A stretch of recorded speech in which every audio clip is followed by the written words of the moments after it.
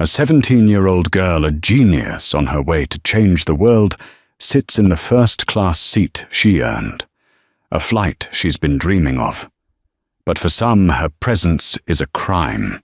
A bitter passenger, a dismissive flight attendant, and a hardened police officer converge on her seat, their prejudice a storm cloud in the pressurized cabin. They demand she move. They demand she surrender her dignity. They believe they have all the power. They have no idea she is about to make a single phone call that will not just empty her seat, but ground the entire 300-passenger airplane. This isn't just a story about a flight. It's about the moment power prejudice and a father's love collided at 30,000 feet, leaving a trail of ruined careers in its wake. The scent of premium leather and subtle clean air freshener was the first thing Zinnia Moreau noticed. It was a stark contrast to the chaotic energy of JFK's Terminal 4, a human river of frantic energy she had just navigated. Here in Seat 2A of Transcontinental Airways, Flight 88, a non-stop to San Francisco, the world was serene. The seat was less a seat and more a personal pod, a cocoon of beige upholstery and polished chrome that whispered of exclusivity. At 17, Zinnia was no stranger to air travel, but this was different. This was her first time flying solo in first class. It was a graduation gift from her father, Remington, but it was also a practical necessity. Tucked into the oversized carry-on at her feet was a prototype for a neural interface. She had designed a delicate piece of equipment worth more than the car she'd be learning to drive next year. The flight wasn't just a journey. It was the first leg of her future. In San Francisco, she was set to begin a 3-month fellowship at the prestigious Lycos Applied Sciences Incubator, a place where teenage prodigies were given millions in funding to turn their wildest ideas into reality. Zinnia was a creator, a builder. Her world was one of code circuits and the elegant logic of machine learning.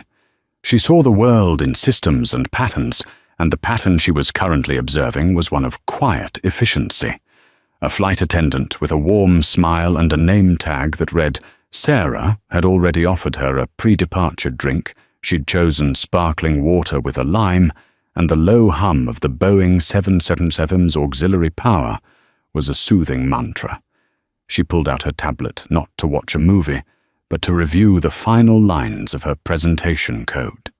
Her fingers danced across the screen, her brow furrowed in concentration. She was in her element, a focused island of intellectual rigor in a sea of opulent calm.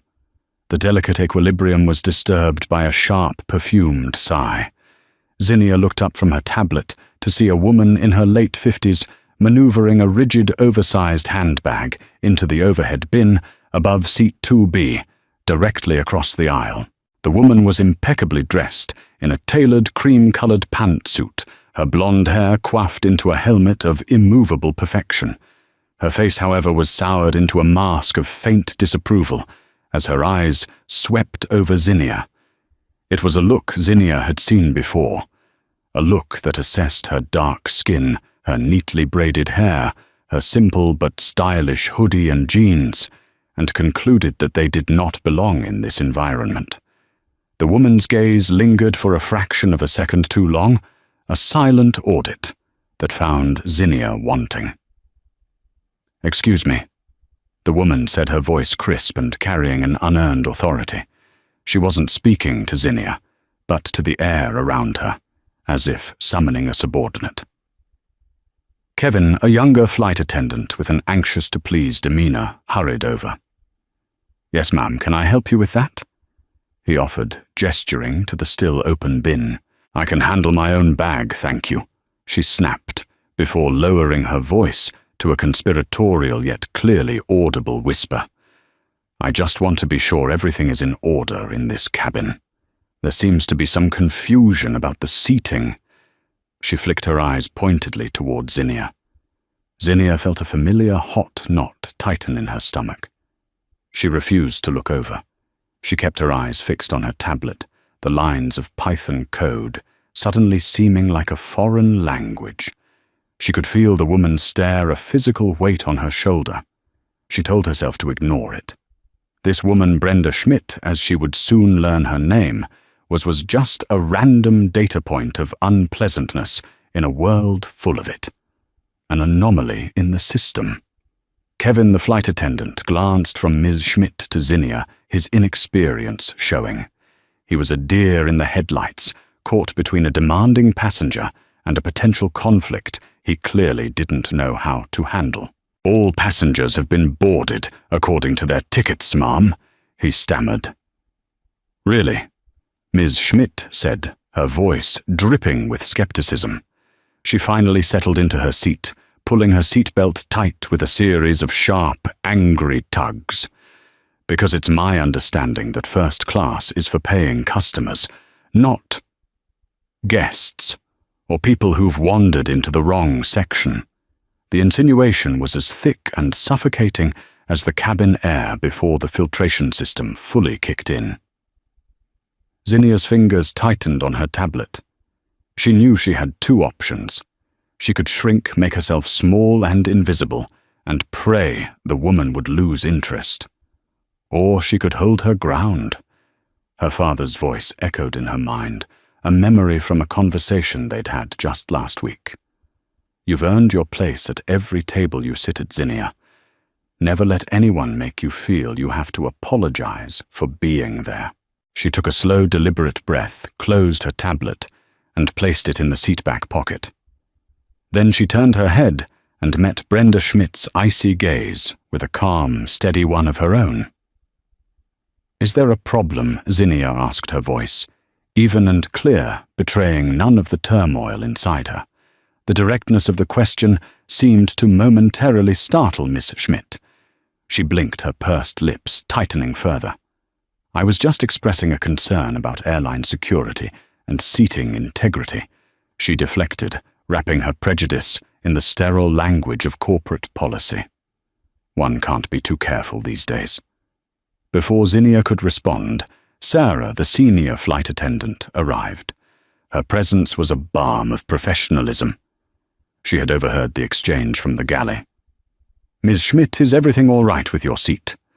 Sarah asked, her tone polite but firm, subtly reclaiming control of the situation from Kevin.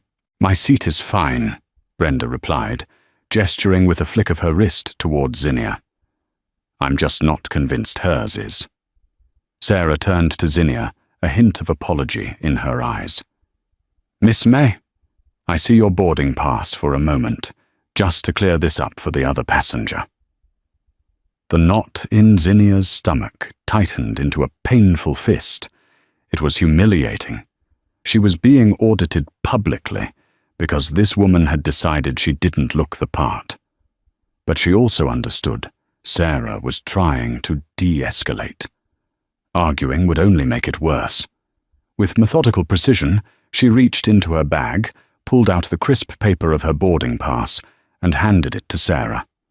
Sarah glanced at it, her expression unchanging.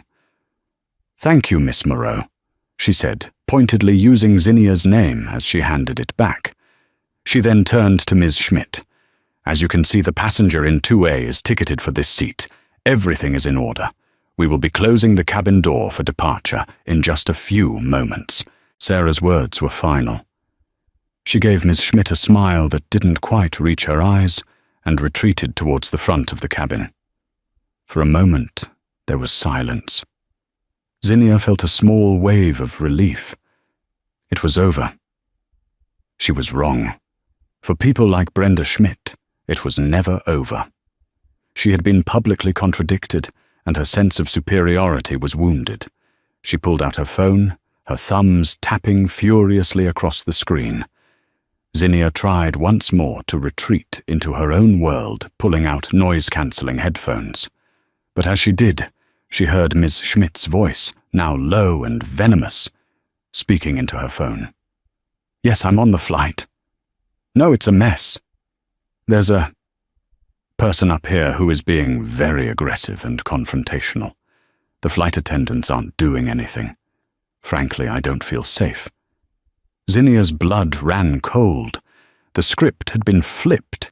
The accusation had escalated from, "You don't belong here," to "You are a threat."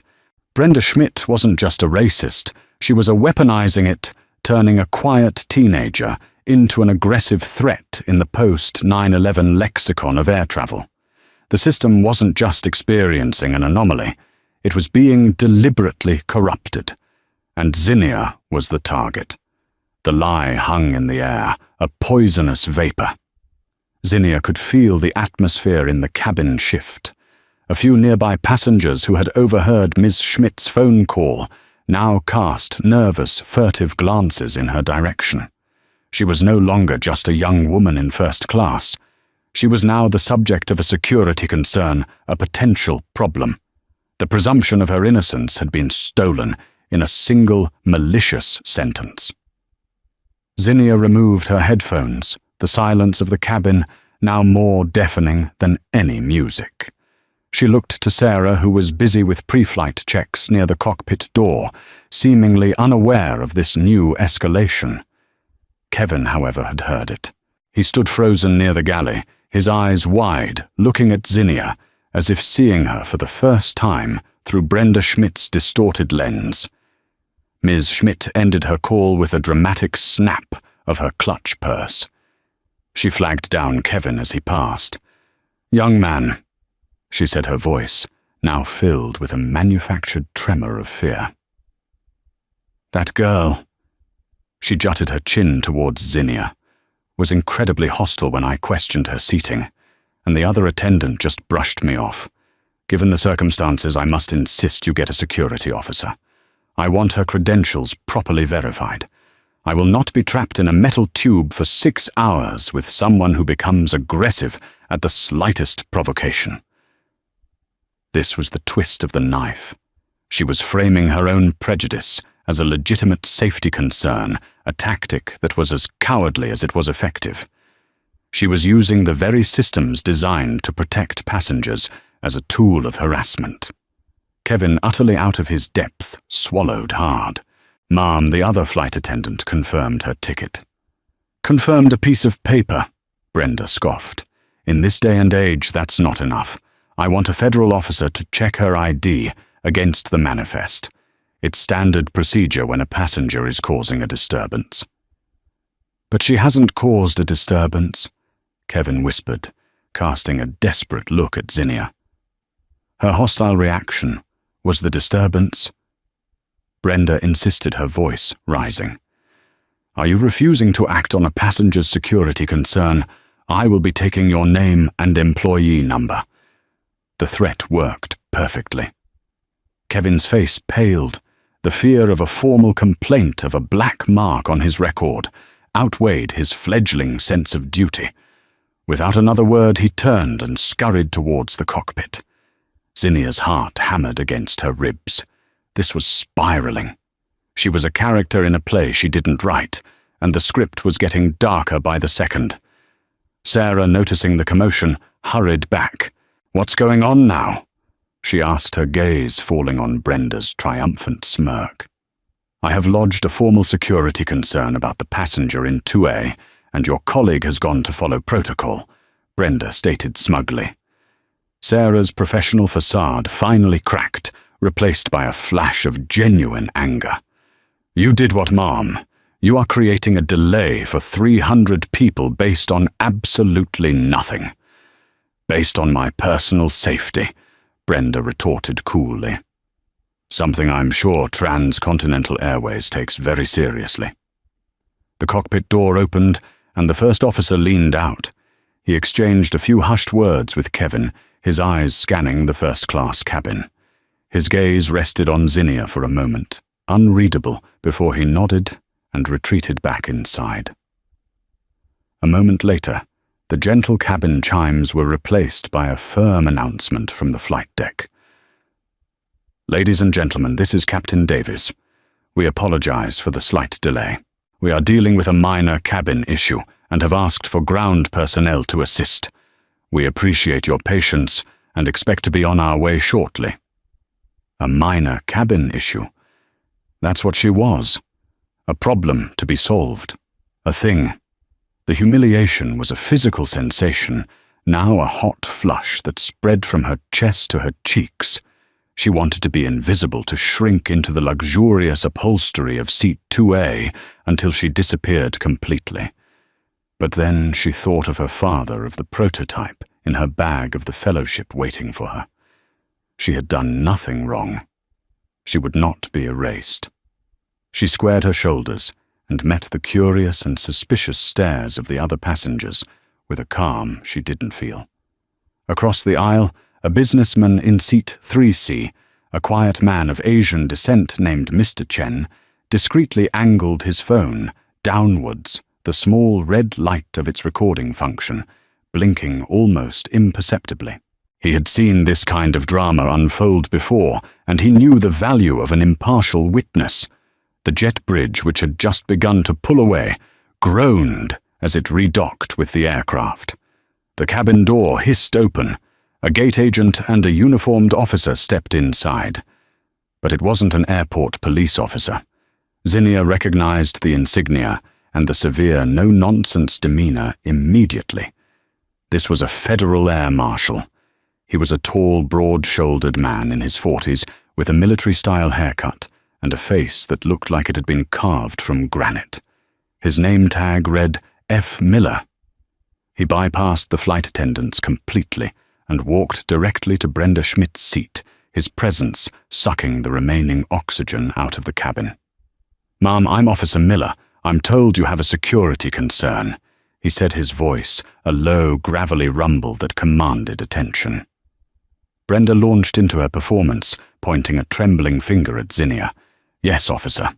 This person became extremely agitated and aggressive when I simply asked about the seating arrangements. Her ticket seems questionable, and her whole demeanor is threatening. The flight staff refused to take it seriously. I'm afraid for my safety and the safety of this flight." Officer Miller didn't even glance at Sarah, who was standing beside him, her mouth open in disbelief. He didn't ask for her side of the story or consult the captain. He turned his full, intimidating attention on the 17-year-old girl in seat 2A. His eyes were cold, flat, and utterly devoid of curiosity. They were the eyes of a man who had already made up his mind. He saw not a teenage girl, a student, a gifted inventor. He saw the aggressive and threatening subject of a complaint. He saw a problem to be removed. "Miss," he began his voice, leaving no room for argument. "I'm going to need you to gather your belongings and come with me." The officer's words hung in the sterile, recycled air of the cabin. "I'm going to need you to gather your belongings and come with me." It wasn't a request. It was a command, delivered with the unassailable weight of federal authority. For a moment, Zinnia couldn't breathe.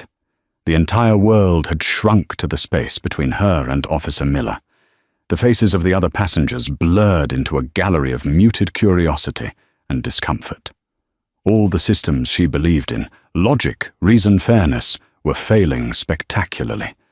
A lie had been told, and the man with the gun and the badge had accepted it as gospel. "Officer, on what grounds?" Zinnia asked. Her voice was steady, a small miracle she would later marvel at. The programmer in her brain was screaming for data for a logical premise to this absurd conclusion. Miller's jaw tightened. He was not accustomed to being questioned, especially not by a teenager, on the grounds that you are causing a disturbance, and failing to comply with crew instructions, he stated, clipping his words. "I have not caused a disturbance," Zinnia countered, her voice rising slightly. "And I have complied with every instruction. Your colleague," she gestured towards Sarah, "verified my boarding pass. This woman," she nodded towards Brenda, "is lying." Sarah Jenkins stepped forward, her face a mask of professional courage. "Officer Miller, I am the lead flight attendant for this cabin. I can confirm that Miss Moreau has been polite and cooperative. Her ticket is valid. The other passenger, Ms. Schmidt, initiated this confrontation. There is no security threat here. Miller gave Sarah a look of withering dismissal. Your job is to serve drinks, not to make security assessments. Stand back. The insult was sharp and public, designed to neuter Sarah's authority and put her back in her place. Sarah flinched, as if struck her face, turning a shade of angry red, but she held her ground, remaining near Zinnia's seat. Miller focused back on Zinnia. I'm not going to ask you again. Get your things. Let's go. He took a step closer, his physical presence an act of intimidation. Zinnia felt a primal surge of fear, but it was quickly overtaken by a cold, sharp anger. This was wrong. This was a perversion of everything she'd been taught about justice. If she walked off this plane, she would be validating Brenda's lie. She would be accepting the role of the aggressor they had written for her. No, she said. The word was quiet, but firm. A small stone dropped into a silent pool. I am a ticketed passenger in my assigned seat. I have done nothing wrong. I am not leaving. A collective gasp rippled through the first-class cabin. Mr. Chen, in seat 3C, adjusted the angle of his phone slightly. He was capturing it all: the officer's aggressive posture, the flight attendant's plea, the teenager's quiet defiance. Officer Miller's face darkened. The veneer of professional detachment cracked, revealing the raw prejudice beneath. He saw a black teenager defying a white officer, and it was a scenario his worldview could not tolerate. You are now interfering with the duties of a federal air marshal, he growled, his hand moving almost unconsciously to rest on the butt of his holstered firearm. That is a federal offense. I can and will have you arrested and removed from this aircraft in handcuffs. Is that what you want? The threat of handcuffs, of an arrest record, was terrifying. It could derail everything: the fellowship, her future, her life. The fear was a cold hand squeezing her heart. She could feel tears welling up, hot and stinging, but she refused to let them fall. Crying would be seen as hysteria, as guilt. You can't arrest me for sitting in a seat I paid for, she said, her voice trembling but unbroken. I have rights. Your rights end when you become a threat to my flight, Miller retorted, his voice booming through the cabin. And right now, you are the threat. Brenda Schmidt watched from her seat, a sickeningly self-satisfied smirk playing on her lips. This was exactly what she had wanted. The validation of her prejudice, the exercise of her privilege, the public humiliation of the girl who didn't belong. She had successfully manipulated the system, bending its power to serve her own petty bigotry. The pilot, Captain Davies, emerged from the cockpit, his face grim. He was a man in his late 50s, with a calm, authoritative air, but the situation in his first-class cabin was now spiraling beyond the scope of a simple passenger dispute. Officer, what's the issue here? Davies asked, his voice a low baritone that cut through the tension. The issue, Captain Horn, Miller said, not bothering to turn around fully, is that this passenger is being disruptive and refusing to deplane. She needs to be removed before we can take off. Captain Davies looked at Zinnia, then at Sarah, who shook her head, almost imperceptibly, a silent signal that Miller's account was false. The captain was now in an impossible position.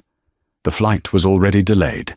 He had a federal officer on his aircraft declaring a passenger a threat, but his most experienced flight attendant was telling him a different story. The ultimate authority on the plane was his, but to overrule a federal air marshal was a career-risking move. He looked at Zinnia, his expression one of weary pragmatism. "Miss," he said, his tone softer than Miller's but no less final, "we have to get this flight in the air. We can sort this out on the ground. For the good of everyone on board, I am asking you to cooperate with the officer. It was a betrayal from the last person she thought would fold. The captain wasn't siding with the lie, but he was choosing the path of least resistance. He was choosing to sacrifice her dignity for the sake of an on-time departure. The knot of fear and anger in Zinnia's chest coalesced into a single point of clarity. They had taken away her voice. They had ignored her proof. They had rejected the testimony of the crew. They had left her with nothing. Almost nothing. "Okay," she said, her voice suddenly calm. The sudden acquiescence surprised Miller and the captain. "I will cooperate, but the law says I am entitled to one phone call. I'd like to make it now, before I go anywhere." Miller scoffed. "You're not under arrest. Yet. You don't get a phone call." "It's not a legal right. It's an airline policy for disputed passengers being removed from a flight," Sarah interjected quickly, seeing a lifeline and grabbing it. "Transcontinental Policy 4.17. She's allowed a brief call to arrange for her needs on the ground." It was a slight fabrication, a bending of a vague rule, but it was delivered with such authority that Miller hesitated. Captain Davies, eager to end the standoff, seized the opportunity. "Let her make the call, officer. 5 minutes. Then we can resolve this." Miller grunted his assent, crossing his arms and tapping his foot impatiently. He believed he had won. He saw this as the final, futile gesture of a troublemaker before her inevitable removal. Zinnia pulled out her smartphone. Her hands were shaking, but her fingers were steady as she navigated to her contacts. She ignored the texts from her friends, asking if she'd boarded yet. She went straight to the top of her favorites list, the one marked with a star. She pressed the call button. The phone rang once, twice. Then a calm, familiar voice answered. "Zinnia Bear. Everything okay? You should be taking off." "Hi, Dad," Zinnia said, her voice breaking just a little. "Not exactly. I have a problem." And as Officer Miller and Captain Davies stood by impatiently, and Brenda Schmidt watched with glee, Zinnia Moreau began to explain the situation to her father. Remington Moreau, the founder and CEO of Aegis Dynamics Cybersecurity.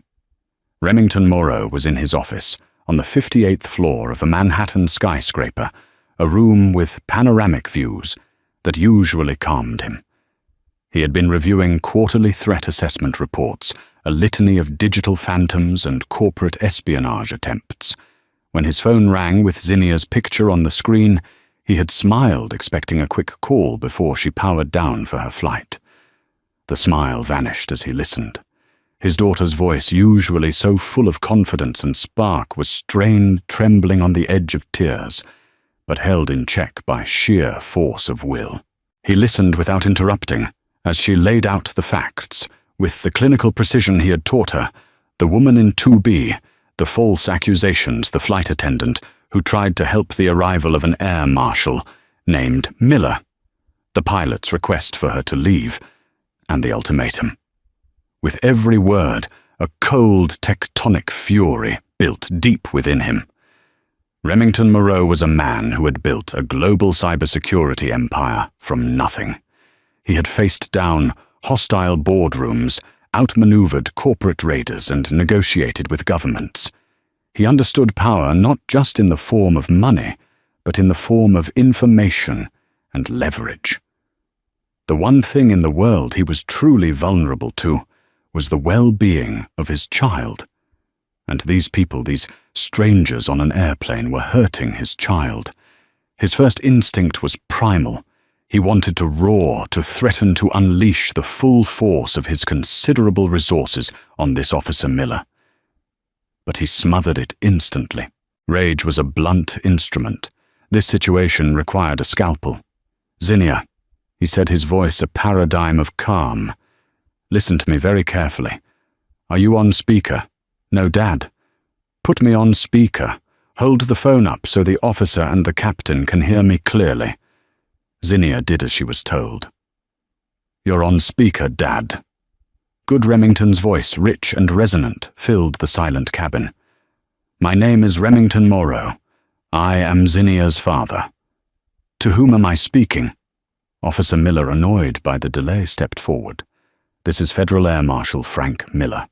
Sir, your daughter needs to deplane immediately. This call is over. No, Officer Miller. This call is just beginning, Remington replied, his tone hardening. You are currently illegally detaining my minor daughter, based on the unsubstantiated and frankly slanderous claims of another passenger. You have ignored the testimony of the airline's own lead flight attendant, and you are attempting to remove my daughter from a service she has paid for. Sir, your daughter is a security risk. My daughter Remington cut him off his voice. Like cracking ice is a 17-year-old girl on her way to a science fellowship. The only security risk in that cabin right now, Officer Miller, is you. A federal agent who is so blinded by his own biases that he cannot distinguish between a passenger and a threat. You are a liability. A nervous murmur went through the cabin. The passengers were no longer just watching a dispute. They were listening to a takedown. Captain Davies stepped in, trying to reclaim his aircraft. Mr. Moreau, this is Captain Davies. I understand you're upset, but we need to handle this on the ground. Captain Davies Remington interrupted, his voice sharp. I hold you responsible. You are the commander of this vessel, yet you are allowing a member of your crew and a passenger to be harassed by an overzealous officer. You've chosen expediency over your duty of care. He paused, letting the weight of his words settle. Then he delivered the first incision of the scalpel. I'm sure you're both busy men, so let me get to the point. Zinnia, what's the name of the airline you're flying? Transcontinental Airways, Dad. Transcontinental Remington repeated, a dangerous edge to his voice. Officer Miller, Captain Davies, the company I own and operate, is called Aegis Dynamics. Perhaps you've heard of it. We are the premier cybersecurity firm for the global transportation industry. And for the last 3 years, Aegis Dynamics has held the exclusive multi-billion-dollar contract to protect Transcontinental Airways' entire digital infrastructure. That includes their reservation systems, their internal networks, their flight control software, and most importantly, their passenger data liability protocols. Silence. Absolute, stunned silence. Brenda Schmidt's smug expression began to dissolve, replaced by a flicker of confusion and then dawning horror. Miller and Davies exchanged a look of disbelief. Remington continued, his voice now dangerously soft. That contract, which is personally overseen by me, contains several key clauses. Among them are strict covenants regarding passenger treatment, anti-discrimination, and brand integrity. A publicly documented incident of racial profiling, especially one involving a federal officer and condoned by the flight's captain, constitutes what our legal team would call a catastrophic brand-damaging event. It is a material breach of our service agreement. He let that sink in for a moment. He wasn't just a rich dad complaining. He was the man who held the keys to their kingdom, and he was explaining in precise legal and financial terms how they had just violated the terms of their partnership. So here is what is going to happen. Remington stated, his voice devoid of any emotion except for absolute certainty. You are not going to lay a hand on my daughter. You are not going to speak another word to her. Captain Davies, you will return to your cockpit, and you will wait for a call from your CEO, Mark O'Connell, a man I have on speed dial. Officer Miller, you will stand down and await instructions from your superiors at the TSA, who will also be hearing from Mr. O'Connell and then from my general counsel. My daughter will remain in her seat. This aircraft will not be going anywhere until this is resolved to my satisfaction. He took a breath. Zinnia, sweetie, is that all clear? Yes, Dad. Zinnia whispered, a single tear of relief finally tracing a path down her cheek. Good. Stay on the line. I'm making another call now." Zinnia held the phone, the speaker still on. The silence in the cabin was broken only by the faint hum of the ventilation. Officer Miller stood frozen, his face pale, his mask of authority shattered. Captain Davies looked like he had seen a ghost. Brenda Schmidt had shrunk into her seat, her face ashen, trying to become invisible. The entire power dynamic on the aircraft had just been inverted by a single phone call. The system of prejudice had collided with a system of immense and now deeply personal corporate power, and the system of prejudice was about to be obliterated. The second call was brutally efficient. Zinnia and everyone in the first-class cabin could hear the faint, tinny ringing from her phone's speaker, followed by an alert professional voice. "Mark O'Connell." "Mark, it's Remington Moreau." Remington's voice was back to its calm boardroom tone, but it was underlined with steel. "Remington, to what do I owe the pleasure?" "I trust our Q3 projections are looking solid." O'Connell's voice was jovial, the sound of a man who believed he was talking to a valued business partner. "We have a problem, Mark. A 5-alarm fire. I'm on the phone with my 17-year-old daughter Zinnia. She's currently in seat 2A on your Flight 88 from JFK to SFO, and she's being threatened with arrest by a federal air marshal while your captain stands by and watches." There was a moment of dead air on the other end. The joviality vanished, replaced by a sharp intake of breath. "What, Remington, that's impossible. There must be a mistake." "The only mistake, Mark," Remington said coolly, "will be yours if you don't handle this in the next 90 seconds. My daughter has been racially profiled by another passenger. Your crew failed to de-escalate, and a federal officer is now threatening to put her in handcuffs because she refused to be illegally removed from her seat. I have this entire interaction on an open line. It is being recorded." Zinnia glanced at Mr. Chen, who gave her a subtle affirmative nod, his own phone still discreetly pointed forward. "The officer's name is Frank Miller. The captain is a Mr. Davies." Remington continued his words like hammer blows. "Mark, as per Section 12, subsection B of our agreement, I am officially flagging this incident as a critical security and liability failure. An agent of the federal government is acting in an unstable and biased manner on your aircraft. I no longer have confidence in the security of that plane. Furthermore, my daughter, a minor, is in a state of extreme distress due to the actions of your employees and this officer. This is a clear violation of your duty of care. Remington, please." O'Connell's voice was strained, panicked. "Let me get my head of operations on this. We'll sort it out. We'll apologize to your daughter. We'll offer compensation." "We're past apologies, Mark.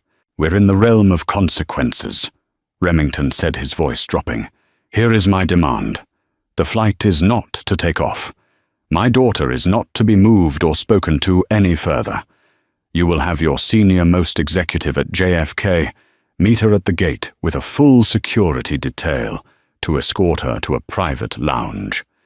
You will arrange for a private jet to take her to San Francisco as soon as it can be fueled." It was an audacious demand, a clear demonstration of power. "A private jet, Remington, that's the opening offer, Mark," Remington said flatly. "The alternative is that my legal team files an injunction in the next 30 minutes, citing the material breach of contract.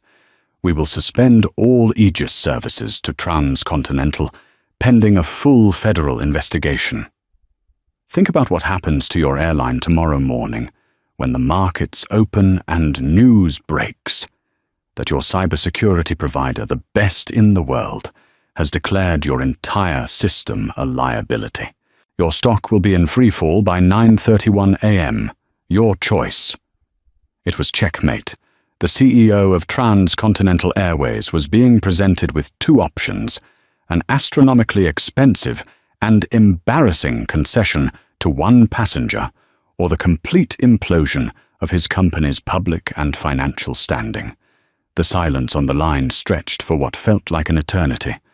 Officer Miller was sweating now, beads of moisture visible on his forehead. Captain Davies had his eyes closed, as if trying to will himself away from the career-ending disaster unfolding in his cabin. Finally, O'Connell's voice came back defeated. "I understand. Consider it done, Remington. I'll make the calls myself right now. My deepest, most sincere apologies to Zinnia. Don't apologize to me, Mark. Apologize to my daughter. And more importantly, fix your company." Remington said, then disconnected the call. Zinnia's phone returned to her conversation with her father. "Dad," she whispered, overwhelmed. "It's okay now, Zinnia Bear. It's over.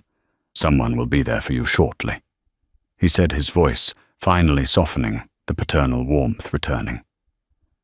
"I'm so sorry you had to go through that. We'll talk more soon. I love you." "I love you too, Dad."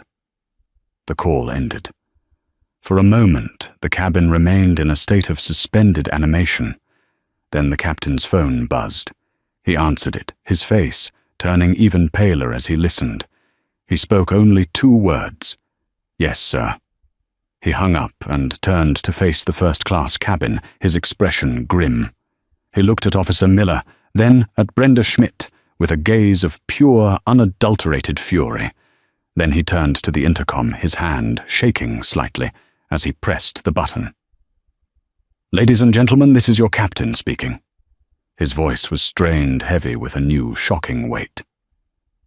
Due to an unforeseen and non-negotiable security concern that requires a full review of our operating protocols, Transcontinental Flight 88 has been cancelled." A wave of groans and angry shouts erupted from the back of the plane. Cancelled. A full flight doors closed, ready for pushback, was being cancelled. The absurdity of it was lost on the disgruntled passengers in economy and business class. "We ask that you please remain seated until the jet bridge is reattached." The captain continued, his voice cracking. "Ground staff will be in the terminal to assist you with rebooking. We apologize for the extreme inconvenience."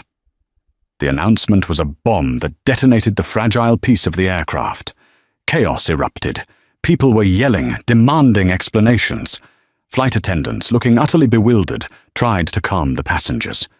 But in the first-class cabin, there was a different kind of chaos. It was the quiet, devastating chaos of lives and careers imploding in real time. Officer Miller, the immovable object of authority just minutes before, looked lost. He fumbled for his phone, his hands trembling too much to unlock it. Brenda Schmidt was hyperventilating, her face a mask of pure terror. She had poked a bear only to discover it was a dragon. Her petty act of malice had grounded a 300-person intercontinental flight. She was no longer a victim. She was the cause of a multi-million-dollar incident. Amidst the pandemonium, Zinnia Moreau sat quietly in seat 2A. She watched the fallout, the shockwaves of her father's call spreading through the metal tube. She didn't feel triumphant. She didn't feel vindictive. She just felt tired. And for the first time since this whole nightmare began, she felt safe. The jet bridge thumped against the fuselage, the sound of a rescue she never should have needed. The deplaning process was a study in contrasts. For the passengers in economy and business, it was a chaotic, infuriating ordeal. They shuffled off the plane into the terminal, grumbling about missed connections and ruined plans, to be met by overwhelmed gate agents offering hotel vouchers and rebooking options. They were the collateral damage, unaware of the specific drama that had scuttled their journey. For the first-class cabin, it was a slow, deliberate extraction. Airline officials led by a stone-faced woman in a sharp suit, the JFK station manager Helen Croft, boarded the aircraft before anyone was allowed to leave. Her eyes immediately found Zinnia. "Miss Moreau, Ms. Croft asked, her voice a mixture of deference and extreme anxiety. "I'm Helen Croft, on behalf of Transcontinental Airways. I am so sorry for what you have experienced. We have a private lounge ready for you. Please come with me." She pointedly ignored Officer Miller and Brenda Schmidt. 2 Port Authority police officers followed her onto the plane. They did not approach Zinnia. Instead, they stood sentinel at the front of the cabin. As Zinnia gathered her things, her hand still shaking slightly, Sarah, the lead flight attendant, touched her arm gently. "I am so sorry," she whispered, her eyes filled with genuine remorse and anger. "I've already requested to file a full incident report. If you need a witness for anything, here's my personal number." She discreetly passed Zinnia a slip of paper. "Thank you," Zinnia said the words, feeling inadequate. Mr. Chen, the businessman from 3C, paused as he passed her in the aisle. He leaned in and spoke in a low voice. "I have the entire thing on video. The things she said, the officer, everything.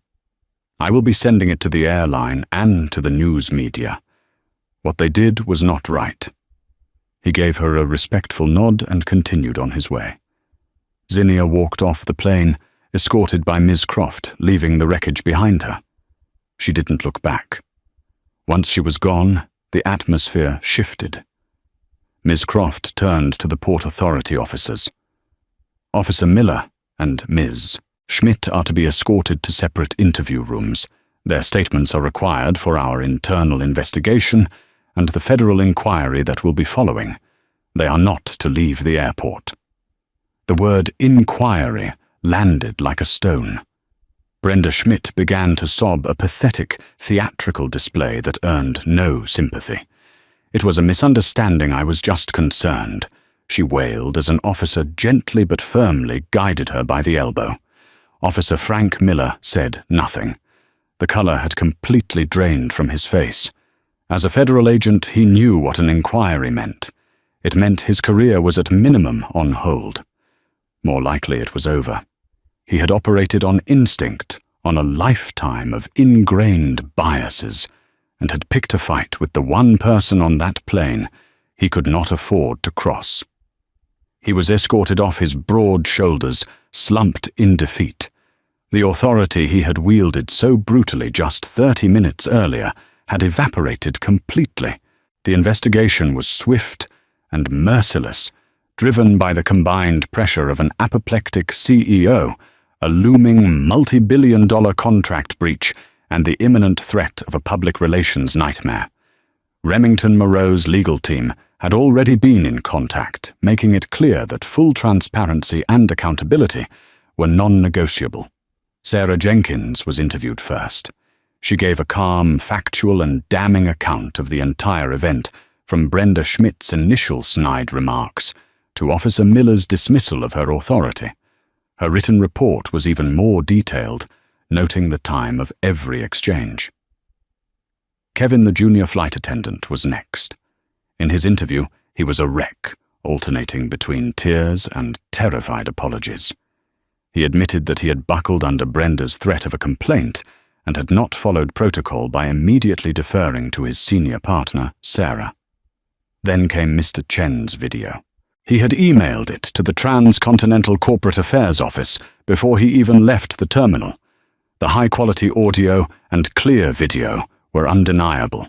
It captured Brenda's venomous, "I don't feel safe" phone call. It showed Miller's aggression, his hand on his weapon, his threats to the calm, seated teenager. It showed Sarah's attempts to de-escalate and Miller's sexist, dismissive retort. The video was the nail in the coffin, a perfect, unblinking record of the prejudice and abuse of power that had taken place. Brenda Schmidt's interview was a disaster. She tried to play the victim, portraying Zinnia as sullen and unresponsive, and herself as a concerned citizen. But when confronted with Mr. Chen's video, her story crumbled. Her lies were laid bare, her manufactured fear exposed as petty vindictive racism. She became belligerent, then tearful, then silent. Officer Miller's interview was conducted by a grim-faced superior from the Air Marshal Service, who had been flown in from Moreau, D.C. that same evening. Miller attempted to hide behind procedure and jargon. He claimed he had assessed a credible threat based on a passenger report. But the video contradicted him at every turn.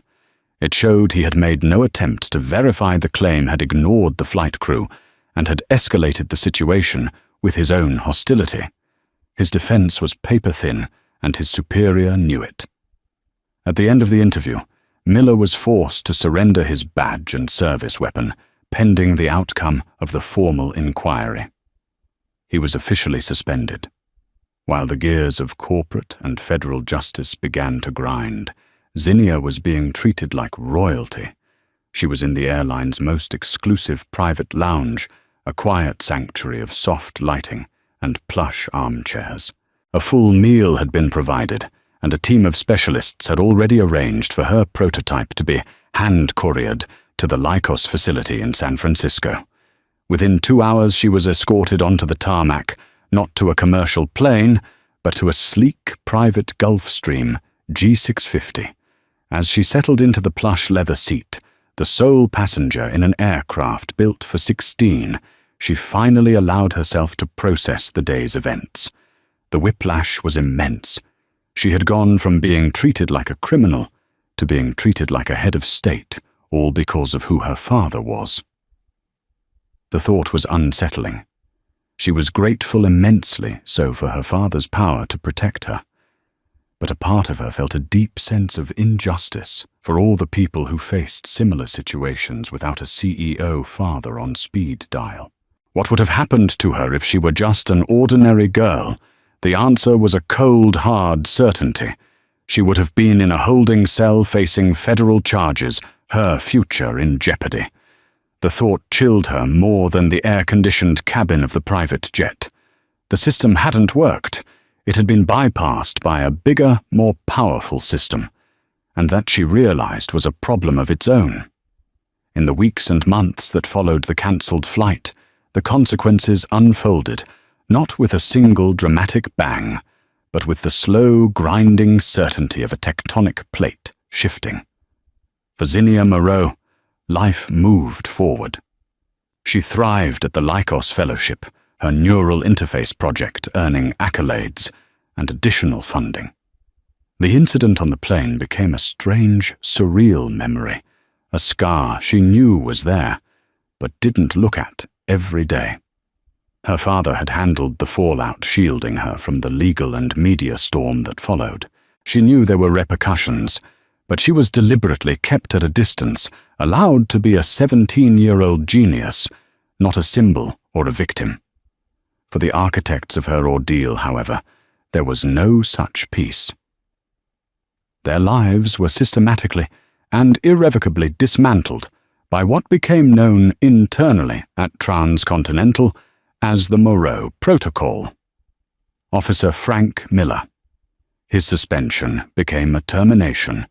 The Federal Air Marshal Service, under intense pressure from the Department of Transportation and several congresspeople Remington Moreau had on his contact list, made an example of him. The official reason was gross misconduct and failure to follow de-escalation protocols. The unofficial reason was that he had become a massive liability. But it didn't stop there. Remington Moreau's private security and legal teams, under the guise of cooperating with the investigation, conducted a deep dive into Miller's past. They uncovered a pattern. 2 other formal complaints had been filed against him in his 10-year career, both by minority passengers, both dismissed by his superiors. Aegis Dynamics investigators packaged this information, along with sworn affidavits from the previous complainants, and delivered it to a hungry investigative reporter at a major newspaper. The resulting exposé was brutal. Frank Miller was painted as the face of profiling in the skies. His name and picture were everywhere. He lost his pension. He was sued in civil court by the Moreau family for emotional distress and defamation. Remington didn't want the money. The settlement, a significant six-figure sum, was immediately donated to a legal fund for victims of racial profiling. Miller tried to find work in private security, but his name was now toxic. No firm would touch him. The last anyone heard Frank Miller, the man who wielded federal authority with such arrogant certainty, was working as a night watchman at a self-storage facility in a desolate part of New Jersey, a bitter, forgotten man forever haunted by the ghost of Situé. Brenda Schmidt. Her karma was just as relentless and perhaps more poetic. The video Mr. Chen took did not stay internal for long. A leaked copy found its way to a viral news aggregate, and from there it exploded across social media. She was quickly identified. The internet, in its ferocious and often cruel way, dubbed her first-class Karen.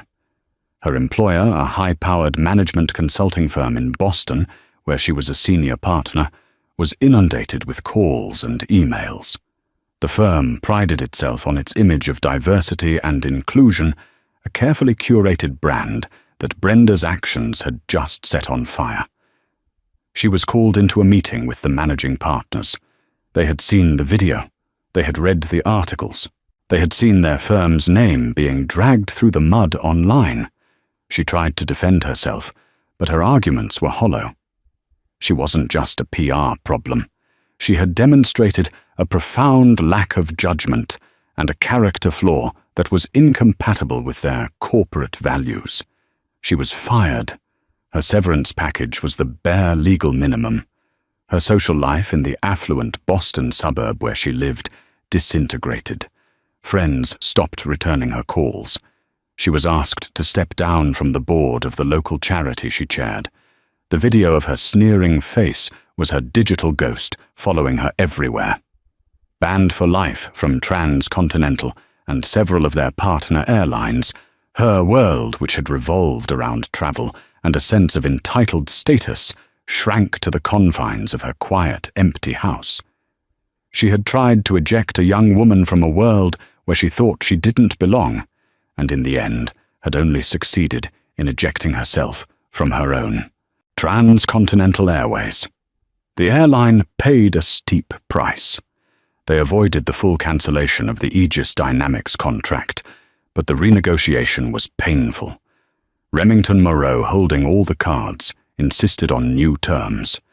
Transcontinental was forced to fund a multi-million-dollar independently audited overhaul of its employee training programs, focusing on de-escalation and implicit bias. The new program was designed and overseen by a consultancy firm, one recommended by Remington. Furthermore, as part of the settlement, the airline issued a formal public apology to Zinnia Moreau and her family, admitting fault. They also made a massive 8-figure donation to establish the Zinnia Moreau STEM Initiative, a foundation administered by a neutral third party dedicated to providing scholarships and funding for young women of color pursuing careers in technology. Captain Davies was demoted. He was not fired as the investigation concluded he had been put in an untenable position by Miller, but his dream of becoming a fleet chief was over. He spent the rest of his career flying less prestigious international cargo routes, a constant reminder of the day he chose expediency over courage. Kevin, the junior flight attendant, was retrained and moved to a probationary role in domestic service, his career permanently stunted by his moment of weakness. Sarah Jenkins, however, was promoted to a senior training position, where she was tasked with helping to implement the very programs her own bravery had made necessary. In the end, every action had an equal and opposite reaction. The prejudice, the abuse of power, the casual cruelty, it had all been entered into a great unseen ledger, and a 17-year-old girl's phone call to her father had simply ensured that the bill came due in full with interest. This story is a powerful reminder that sometimes the bill for prejudice comes due with devastating interest. Zinnia Moreau fought not just for a seat, but for her dignity, and her father used his power not for simple revenge, but for systemic accountability. The result wasn't just a cancelled flight, it was a chain reaction of consequences that brought real change and served a harsh but fitting dose of karma to those who abused their positions. What is your take on this? Was the outcome justified? Let us know your thoughts in the comments below. If you believe in stories where justice prevails, show your support by hitting the like button, sharing this video, and subscribing for more incredible tales of drama and real-life karma. Thank you for listening.